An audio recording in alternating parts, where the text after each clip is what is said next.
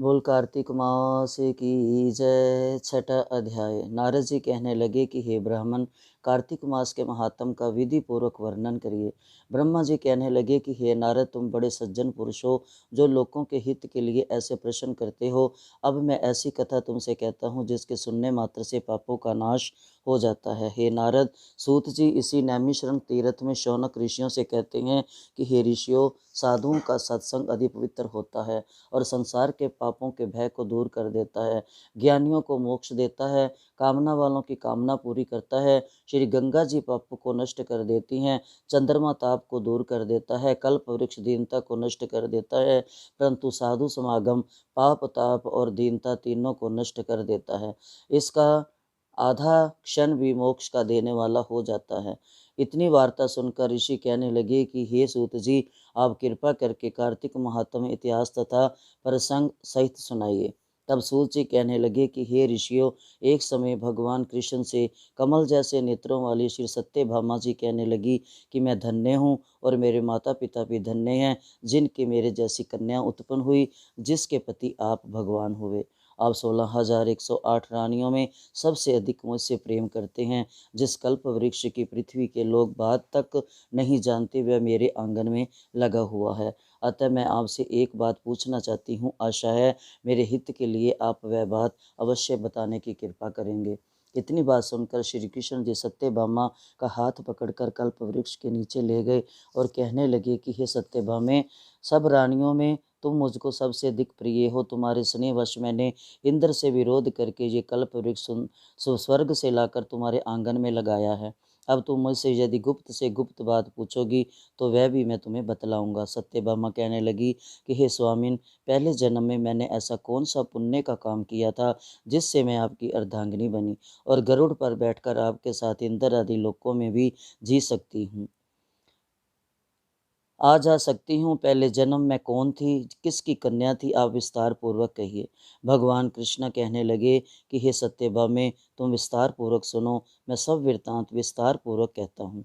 पहले सतयुग के अंत में मायापुर में अत्रि कुल में वेद तथा शास्त्रों का जानने वाला देव शर्मा नाम का एक ब्राह्मण रहता था। वह सूर्य का भगत था तथा रात दिन अतिथियों की सेवा किया करता था। उसके कोई पुत्र नहीं था, परंतु बड़ी आयु में उसके एक कन्या उत्पन्न हुई जिसका नाम गुणवती था। देव शर्मा ने चंद्र नामक अपने एक शिष्य के साथ अपनी कन्या गुणवती का विवाह कर दिया। चंद्र पिता के समान उसकी सेवा करता था। एक दिन देव शर्मा अपने दामाद के साथ लकड़ियां काटने के लिए हिमाचल के समीप गया। वन में इधर उधर फिरते हुए उन्होंने एक महाभयंकर राक्षस देखा। उसको देख वे दोनों भागने में असमर्थ हो गए और दोनों ही उस राक्षस के हाथ से मारे गए। परंतु उस क्षेत्र के प्रभाव और अपने कर्मों के कारण हमारे दूतों द्वारा विमान में बैठकर हमारे लोक को प्राप्त हो गए। उन दोनों का मरण सुनकर गुणवती बड़ा रुदन करने लगी और पुकारने लगी कि हे पिता, हे पति, तुम्हारे बिना मेरा निर्वाह कैसे होगा, मैं किस प्रकार जीवित रह सकूंगी। तुम मुझे छोड़कर कहाँ चले गए, मेरे अन्न तथा भोजन का प्रबंध कैसे होगा, मेरे लिए अब कोई ठिकाना न रहा। इस प्रकार विलाप करती हुई ये वृक्ष की तरह मूर्छा खाकर भूमि पर गिर पड़ी। जब कुछ चेतना आई तो उसने घर के सामान बेचकर उन दोनों की अंत्येष्टा क्रिया की और मेरी भक्ति में सदा तत्पर रहने लगी। इस प्रकार कार्तिक मास आ गया और वह कार्तिक के व्रत करने लगी तथा एकादशी का व्रत भी करने लगी। एक समय वह ज्वर से पीड़ित हो गई। वह दुर्बल शरीर वाली गुणवती गंगा स्नान को गई। अतएव गंगा जी में प्रवेश करते ही शीत के मारे उसकी सब देह कांपने लगी और वह शिथिल होकर वहीं पर गिर पड़ी। उसी समय हमारे दूत सुंदर विमान में बैठाकर उसको हमारे धाम में ले आए और ये कार्तिक के व्रत का ही प्रभाव था। फिर द्वापर में ब्रह्म आदि देवताओं की प्रार्थना पर पृथ्वी का भार उतारने के लिए हमने कृष्ण अवतार लिया, तो उस समय हमारे ही सब देवगण यादव बन और तुम्हारा पिता देव शर्मा सत्राजित हुआ। चंद्र शर्मा अक्रूर हुए, तुम गुणवती सत्यभामा हुई। कार्तिक के व्रत प्रभाव से तुम हमारी प्यारी हुई। तुमने जन्म तुलसी के वृक्ष का पालन किया, इसी से तुम्हारे आंगन में कल्प वृक्ष है। कार्तिक में तुमने दीपदान किया, इसी से तुम्हारे घर में लक्ष्मी स्थित है। जो कार्तिक मास में तुमने व्रत आदि किए, उसी से तुम हमारी अर्धांगिनी हुई। जो कोई कार्तिक मास में व्रत आदि करता है, वह तुमको वह हमको तुम्हारे सामने ही समान ही प्रिय होता है। बोल कार्तिक मास की जय, बोल सत्य भामा की जय, बोल तुलसी मैया की जय, बोल श्री जनार्दन भगवान की जय, श्री कृष्ण भगवान की जय।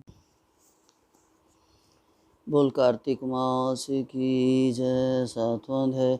इतनी कथा सुनकर सूत जी बोले, शौनक ऋषि कहने लगे कि हे सूत जी, कहने की है कि सूत जी आप कृपा करके कार्तिक तथा तुलसी का महात्म कहिए। तब सूत जी कहने लगे कि हे ऋषियों, जो तुमने मुझसे पूछा है यही प्रश्न एक समय नारद जी से राजा पृथु ने किया था, और जो कुछ उत्तर नारद जी ने दिया वही मैं तुमसे कहता हूँ। एक समय राजा पृथु नारद जी से कहने लगे कि नारद जी, भगवान को तुलसी क्यों इतनी अधिक प्रिय है, आप इसका महात्म कहिए। तब नारद जी कहने लगे, एक समय राजा इंद्र बहुत से देवताओं और अप्सराओं सहित महादेव जी के दर्शन को गया। सो जब कैलाश में पहुँचे तब एक बड़े भारी आकार वाले भयंकर नेत्रों वाले पुरुष को देखकर इंद्र ने पूछा कि तू कौन है और शिव कहाँ है। जब कई बार पूछने पर भी उसने कोई उत्तर नहीं दिया तो इंद्र ने क्रोध में आकर अपना वज्र उसके कान पर मारा, जिससे उसका कंठ नीला हो गया, परंतु इंद्र वज्र भी भस्म हो गया। फिर उसकी आंख से ऐसी प्रचंड अग्नि निकली मानो इंद्र सहित सारे संसार को भस्म कर देगी। ऐसी स्थिति देखकर बृहस्पति जी हाथ जोड़कर और इंद्र को दंडाकार झुकाकर शिव की स्तुति करने लगे कि हे देवादिदेव, त्रिपुरासुर तथा आकसुर का नाश करने वाले, यज्ञ का फल देने वाले त्रिपुरारी, आपको नमस्कार है। ब्राह्मणों की रक्षा करने वाले, आपको नमस्कार है। नारद कहने लगे कि हे राजा पृथु, इस प्रकार स्तुति सुनने पर श्री महादेव जी ने त्रिलोकी को दग्ध कर देने वाली अग्नि को शांत कर दिया और कहने लगे कि हे देवताओं, वर मांगो। मैं आपकी स्तुति सुनकर अति प्रसन्न हुआ। हमने इंद्र को जीवन दान दिया और हे बृहस्पति जी, आज से तुम्हारा नाम जीव होगा। बृहस्पति जी कहने लगे कि यदि आप मुझ पर प्रसन्न हैं तो इंद्र की रक्षा कीजिए और संसार का दाह कर सकने वाली अग्नि जो आपके नेत्र से उत्पन्न हुई है उसको शांत करिए।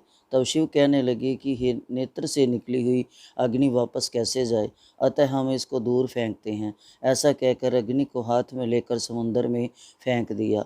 गंगा के संगम गंगा सागर में जाकर गिरी और बालक होकर रोने लगी। उसके रोने के शब्द से पृथ्वी कांपने लगी तथा सातों लोक बहरे हो गए। ऐसा आश्चर्य देखकर वहां पर आए हुए ब्रह्मा जी समुद्र की गोद में बालक देखकर आश्चर्य से पूछने लगे कि ये बालक किसका है। समुद्र ने बड़े आदर से बालक को उठाकर ब्रह्मा जी की गोद में डाल दिया और कहने लगे कि ये मेरा पुत्र गंगा से उत्पन्न हुआ है, आप इसके जात कर्म कराइए। फिर उस बालक ने ब्रह्मा जी की दाढ़ी पकड़कर इतनी जोर से मरोड़ी कि ब्रह्मा जी के नेत्रों में आंसू आ गए। किसी प्रकार दाढ़ी छूटी तो ब्रह्मा जी ने कहा कि इसने हमारी आंखों से जल निकाला है, अतः इसका नाम जालंधर होगा। परंतु ये शिव के अतिरिक्त और किसी के हाथ से नहीं मरेगा, क्योंकि ये शिव के अंश से ही उत्पन्न हुआ है। ये अभी युवा हो जाएगा। तब ब्रह्मा जी शुक्राचार्य को बुलाकर और उसका राज्य अभिषेक कराकर अंतर ध्यान हो गए। तब समुद्र ने काल नेमी की कन्या वृंदा के साथ उनका विवाह कर दिया, जो कि पतिव्रताओं में सबसे प्रथम और अति सुंदर थी।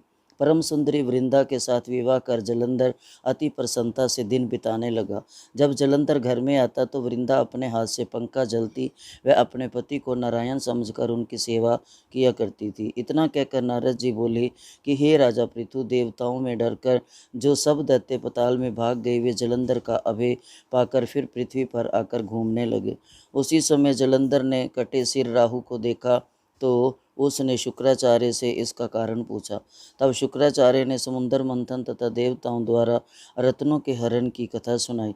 इस प्रकार इस पिता का मंथन और दैत्यों का अनादर सुनकर जलंधर ने क्रोध में आकर घसमर नामक वाले दूत को बुलाकर सुधर्मा के पास भेजा। वह सभा में जाकर अभिमान पूर्वक इंद्र को नमस्कार न करके कहने लगा कि दैत्यपति जलंधर ने जो कुछ कहा है वह सब तुम सुनो। हमारे पिता का मंथन करके जो तुमने रतन लिए हैं उन पर तुम्हारा कोई अधिकार नहीं है, अतः वह रतन हमको वापस कर दो। घुसमर के ऐसे वचन सुनकर इंद्र भय और विस्मय से कहने लगा कि समुद्र सदैव हमारे शत्रु दानवों की रक्षा करता है, अतः हमने उसको भयंकर रतन दिए हैं, इसलिए उन पर दैत्यों का कोई अधिकार नहीं है। दूत ने ये सब समाचार प्रकार जलंधर से जाकर कहा तो वह अत्यंत क्रोधित हुआ और देवताओं को जीतने का उपाय सोचने लगा। उसने सब दिशाओं तथा पतालों से अपने दूत भेजकर सब दैत्यों को बुलाया और शुंभ तथा निशुंभ को अपना सेनापति बनाकर स्वर्ग के नंदन वन में जाकर इंद्र की अमरावतीपुरी को घेर लिया। तब देवता भी युद्ध के लिए बाहर निकल आए और अनेक प्रकार के शस्त्रों से देवताओं तथा दैत्यों का युद्ध होने लगा। वह सब एक दूसरे को मारकर गिराने लगे। सब तरफ रुद्र बहने लगा। मरकर गिरे हुए घोड़ों और हाथियों से पृथ्वी भर गई। इधर युद्ध में मारे गए दैत्यों को शुक्राचार्य अपनी संजीवनी विद्या से जीवाने लगे।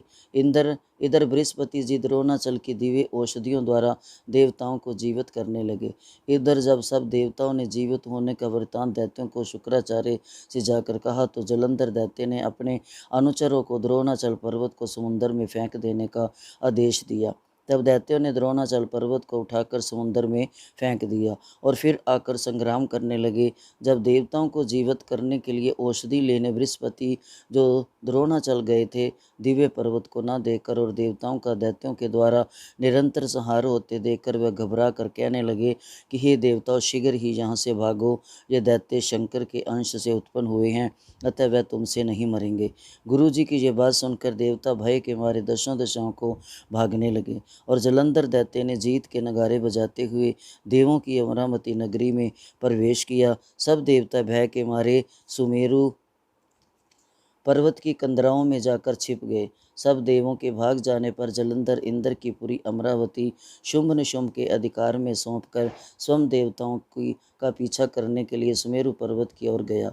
इंद्र आदि सब देवता जलंधर को फिर आता हुआ देखकर भगवान विष्णु की स्तुति करने लगे। बोले, हे मत्स्यकच्छ आदि अनेक रूप धारण करने वाले, भक्तों के दुखों का नाश करने वाले, सारी सृष्टि का पालन तथा संहार करने वाले, शंख चक्र गदा और पद्म को धारण करने वाले, आपको हमारा बारंबार नमस्कार है। भगवान विष्णु देवताओं की स्तुति सुन और उनको दुखी जानकर शीघ्रता से उठ गरुड़ पर सवार होकर जाने लगे। तो लक्ष्मी जी ने पूछा कि भगवान आप कहाँ जा रहे हैं?